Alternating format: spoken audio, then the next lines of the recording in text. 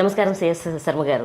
నమస్తే. ఎలా ఉన్నారు? బాగున్నానండి. సిఎస్ శర్మ గారు, మరి చాలా మందికి ఈ మేనేజ్మెంట్ కోర్సులు చేసిన తర్వాత కూడా ఇంకా ఏమైనా కోర్సెస్ చేయొచ్చా, పిహెచ్డి చేయొచ్చా, ఇలాంటివి కూడా కొంచెం ఆలోచిస్తూ ఉంటారు. ఇంకా మంచి పొజిషన్కి వెళ్ళాలనుకుంటే అలాంటి వాటికి కూడా ఏమైనా అవకాశం ఉంటుందంటారా? అంటే అసలు మేనేజ్మెంట్ ప్రోగ్రామ్ అంటేనే స్కిల్ ఓరియంటెడ్ ప్రోగ్రామ్. అంటే వీళ్ళు బిజినెస్ స్కూల్స్కి వెళ్తున్నారంటేనే అసలు సిలబస్ అనేది ఓన్లీ థియరిటికల్ వీళ్ళు చదివేది ఒక 40% ఉంటుంది. రిమైనింగ్ 60% ఇండస్ట్రియల్ విజిట్స్ ఉంటాయి. ఇండస్ట్రీ విజిట్స్ అంటే ఏంటంటే, ఒక ఇండస్ట్రీకి వెళ్ళారంటే, సపోజ్ అగ్రికల్చర్ ఏబిఎం కోర్స్ చేసే అతను ఒక మిల్క్ డైరీకి వెళ్ళాడు అనుకోండి. ఆ మిల్క్ డైరీ అనేది మనం ఏదో అనుకుంటాం, యాక్చువల్గా ఏదో రైతుల దగ్గర నుంచి పాలు సేకరిస్తారు, అవి మనకు అమ్ముతారు అని మనం అనుకుంటాం. కానీ ఆ మిషనరీ ఎక్కడి నుంచి వస్తుంది, సో అసలు ఎట్లా, అసలు ఆ ప్రాసెస్ ఎండ్ ప్రాసెస్ తెలియాలి కదా. సో ఆ ఎండ్ ప్రాసెస్ తెలిస్తే ఏంటంటే స్టూడెంట్ ఎక్కడొక్కడ ఇన్స్పైర్ అవుతాడు. అంటే ఒక మిల్క్ డైరీకి వెళ్ళినప్పుడు అక్కడ అదంతా ప్రాసెస్, అక్కడ మార్కెటింగ్ ఉంటుంది, హెచ్ఆర్ ఉంటుంది, ఫైనాన్స్ ఉంటుంది, ప్రొడక్షన్ ఉంటుంది, మళ్ళీ ఇంకా అదర్ సెక్యూరిటీ డిపార్ట్మెంట్, చాలా డిపార్ట్మెంట్స్ ఉంటాయి. మనకి తెలియని డిపార్ట్మెంట్స్ కూడా చాలా ఉంటాయి. వాళ్ళు ప్రతి డిపార్ట్మెంట్తో వాళ్ళు ఒక్కసారి ఇంటరాక్ట్ అయినప్పుడు అక్కడ ఏం జరుగుతుందో రియల్ పిక్చర్ తెలుస్తుంది వీడికి.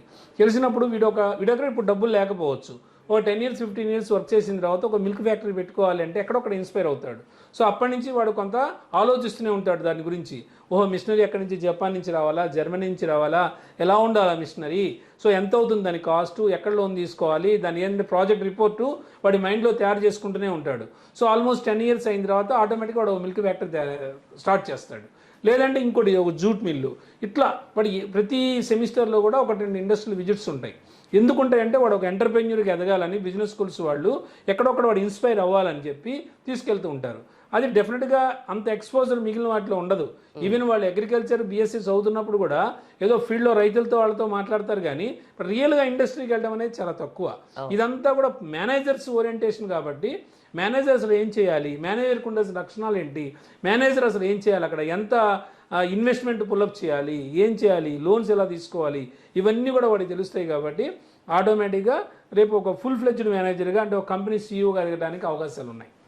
అయితే మీరు ఇప్పుడు అగ్రికల్చర్ బీఎస్సీ చేసిన తర్వాత ఉండే ఎడ్యుకేషన్ కావచ్చు, జాబ్స్ కావచ్చు, లేకపోతే ఫర్దర్ స్టడీస్కి సంబంధించి ఇండియాలో కానీ అవుట్ ఆఫ్ కానీ ఏది ఉన్నా సరే, వాళ్ళకి, ఆ స్టూడెంట్స్కి మీరిచ్చే సలహాలు, సూచనలు, అదేవిధంగా సరైన గైడెన్స్ మీరేం చెప్తారు?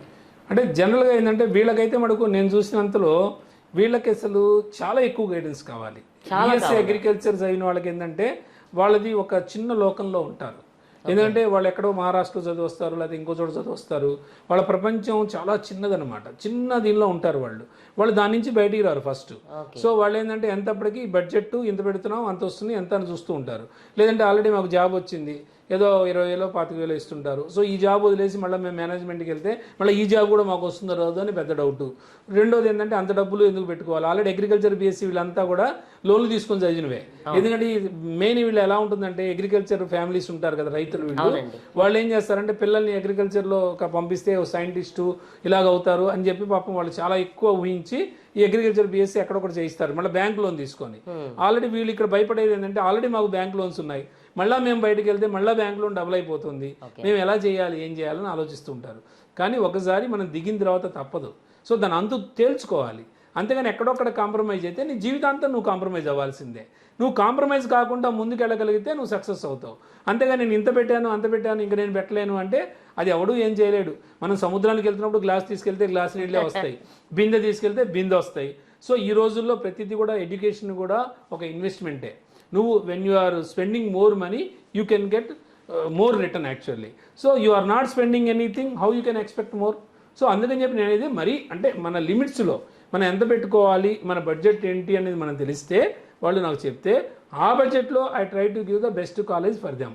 ఇగో ఈ కాలేజ్ అయితే నీకు బాగుంటుంది, ప్లేస్మెంట్స్ బాగుంటాయి. సో అంటే ఒకటండి, ఎన్ని చెప్పినా స్టూడెంట్ కూడా వర్క్ చేయాలి.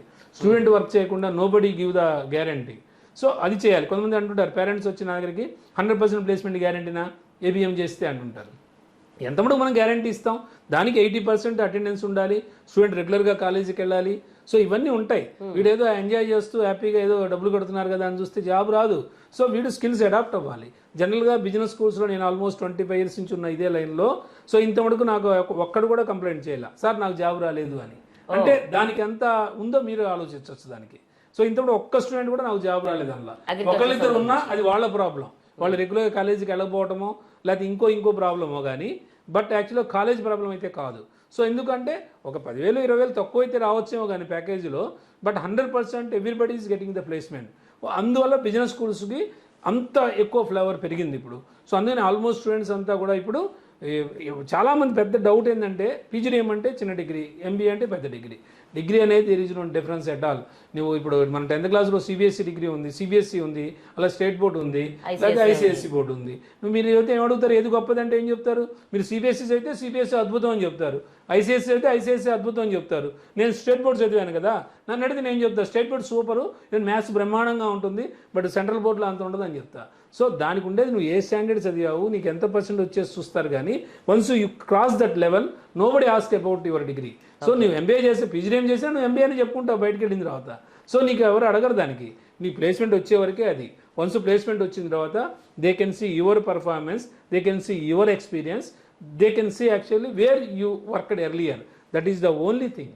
సో ఇలాగ ఆలోచించగలిగితే స్టూడెంట్ డెఫినెట్గా బాగా ఫ్లోరిష్ అవుతాడు. సిఎస్ శర్మ గారు, చాలామందికి ఏంటంటే బీఎస్సీ చేసిన తర్వాత, అగ్రికల్చర్ బీఎస్సీ చేసిన తర్వాత వాళ్ళకి ఏదైనా ల్యాండ్స్ ఉండొచ్చు, వాళ్ళ ఫోర్ ఫాదర్స్ నుంచి కూడా ల్యాండ్స్ ఉంటే అక్కడ అగ్రికల్చర్ని డెవలప్ చేసుకోవాలనే ఆలోచన ఉంటే అలా కూడా చేసుకోవచ్చు అంటారా?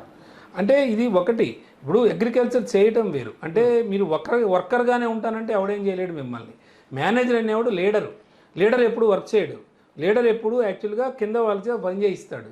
మీకు 100 ఎకరాలు ఉన్నా సరే నేను వ్యవసాయం చేస్తానంటే నేను చేయలేను, బట్ ఆ 100 ఎకరాలని ఎలా ప్రాపర్గా నువ్వు యూజ్ చేయాలి, దాన్ని నీకు మేనేజ్మెంట్ స్కిల్స్ ఉంటేనే కదా నువ్వు వర్కర్స్ని ప్రాపర్గా చేయగలుగుతావు. అవుట్కమ్ ఎంత వచ్చినా చూసుకోవాలిగా ముందు. సో అది ఇంపార్టెంట్ అక్కడ. నేను వ్యవసాయం చేసుకుంటాను, నేను ఒక్కడే కూర్చొని చేసుకుంటాను, లేకపోతే లేబర్ పెట్టి చేస్తానంటే అది కాదు కదా. దానికి అసలు అగ్రికల్చర్ చదవక్కర్లా, బీఎస్సీ అగ్రికల్చర్ కూడా అక్కర్లా. ఇంతకుముందు ఏం చదివారని వాళ్ళు యాక్చువల్గా అద్భుతంగా చేశారు. కానీ జనరేషన్ మారుతూ ఉంది. ఇప్పుడు సపోజ్ నేను కిళ్ళి కొట్టు రన్ చేస్తున్నా, నా కొడుకు కిళ్ళి కొట్టు సేమ్ నేను బాగా రన్ చేసినా నా కొడుకు కిళ్ళి కొట్టు బాగా రన్ చేస్తాడని లేదు. ఎందుకంటే కిళ్ళి కొట్టు రన్ చేయాలన్నా you should have some additional skills. నీకు ఆ స్కిల్స్ ఉంటేనే నువ్వు పైకి వస్తావు. అంటే జనరేషన్ మారుతూ ఉంది. ఇప్పుడు సోషల్ మీడియా చాలా విపరీతంగా ఉంది. మీ బిజినెస్ ఇంప్రూవ్ అవ్వాలంటే ఏంటి? ఇంతకుముందు ఏం చేసాము మనం, డోర్ టు వెళ్ళి నాక్ చేసి ఇదిగో నేను ఇంత గొప్ప, నా ప్రోడక్ట్ ఇంత గొప్ప అని చెప్పుకునేవాళ్ళం. ఇప్పుడు అట్లా కాదు కదా, జస్ట్ సోషల్ మీడియాలో ఒక పోస్ట్ ఈజ్ ఎనఫ్. అంటే ఇప్పుడు నేను ఇన్ని చేయగలుగుతున్నా అని చెప్పి మీరు చెప్పగలిగితే ఎంతమంది చూశారు, ఆటోమేటిక్గా మీకు రెస్పాన్స్ వస్తూ ఉంటుంది. అంటే మార్కెటింగ్ అనేది కూడా చాలా ఈజీ అయిపోయింది. సో అందుకని చెప్పి నేను అనేది ఏంటంటే, వాడికి ఎన్ని ఎకరాలు ఉన్నా సరే దాన్ని ప్రాపర్గా చేసుకోవాలంటే మేనేజ్మెంట్ డిగ్రీ చాలా అవసరం ఫ్యూచర్లో అది. సో అందుకని 100% వాడు అగ్రి బిజినెస్ మేనేజ్మెంట్ కోర్స్ చేయగలిగితే డెఫినెట్గా వాడు ఓన్ బిజినెస్ చేసుకోవాలన్నా, అంటే 100 ఎకరాలు చేయాలన్నా it is like entrepreneurship. So entrepreneurship అంటే డెఫినెట్గా కింద లేబర్ని కానీ అదర్ పీపుల్ని కానీ లీడ్ చేయాలి అంటే they should have some special skills. ఆ స్కిల్స్ అని ఇక్కడ అడాప్ట్ చేసుకుంటాడు కాబట్టి ఇప్పుడు కెరీర్లో బాగా ఫ్లోరిష్ అవుతాడు. చాలా బాగా తెలియజేశారండి. ఎందుకంటే మేనేజ్మెంట్ స్కిల్ అనేది ఏ డిపార్ట్మెంట్లోనైనా అవసరమే, ఏ ఫీల్డ్కు అయినా అవసరమే అని చెప్పి చాలా బాగా తెలియజేశారు. అందులోనూ అగ్రికల్చర్ అనేది మన భారతదేశానికి చాలా వెన్నెముక లాంటిది. అలాంటి దాంట్లో ఇలాంటి లేటెస్ట్ బిజినెస్ స్కిల్స్ అనేవి ఉంటే కనుక ఇంకా బాగా సక్సెస్ అవ్వచ్చు అని చాలా చక్కగా తెలియజేశారు. థ్యాంక్ యూ అండి, thank you so much. Thank you. నమస్తే.